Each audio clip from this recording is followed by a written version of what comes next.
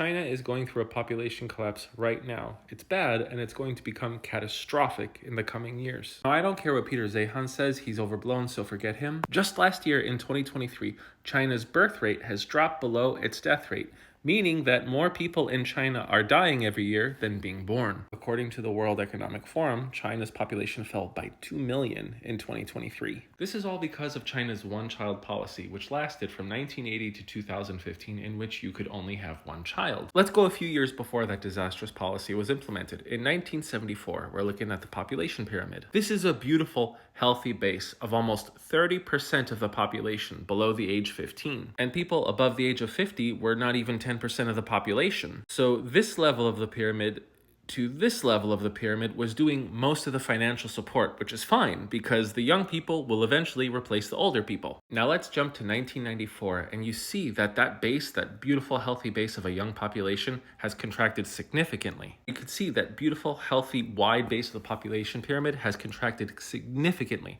But the young people who were born 20 years ago, they're here now, and they're still able to support the majority of the population. And of course, people between the ages of 30 and let's say even 55 or 59, that's a nice, good chunk of people that can actually support the top tier and the bottom tier. This is where we are now. That flat, healthy base of the Chinese young population in 1974 is just a memory compared to what this is. People below the age of 15 made up almost 40% of the Chinese population back then, and now that is less than 20. People above the age of 60 now make up 15%. That's around 200 million senior citizens that the Chinese government has to take care of. Now, the cost of care for the elderly is 2 to 3 times more expensive than the cost to raise a child from 0 to the age 18. But the benefit of raising someone to the age of 18 is they get shot out into the workforce, they can end up taking care of you. When you are caring for the elderly, it is more expensive, but then you also have to deal with medical emergencies, you also have to deal with death, then you have to deal with funerals. This is extremely expensive and of course just very taxing to the overall Chinese society. And there is no quick fix for it because this was a 35-year very strict trend that is just starting to show its disastrous results right now. China's birth rate is 1.15. They need to have at least 2 children per family just to keep the population as it is. One potential solution brought about by the Texas A&M University is that China needs more immigrants, but China is very strict on their immigration policy. Now look at 10 years, China's population in the year 2034.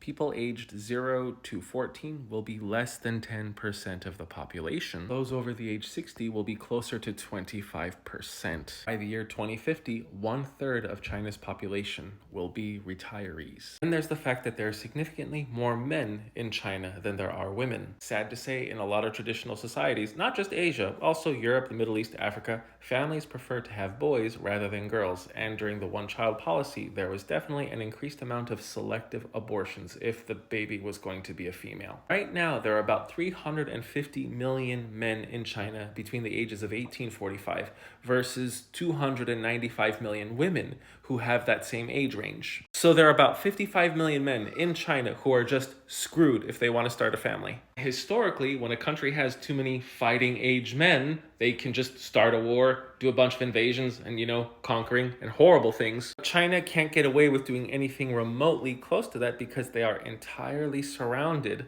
by US air bases and a very strong alliance of all of their southeastern and just Eastern Asian neighbors. That's generally not something a country can get away with if they are facing a population decline.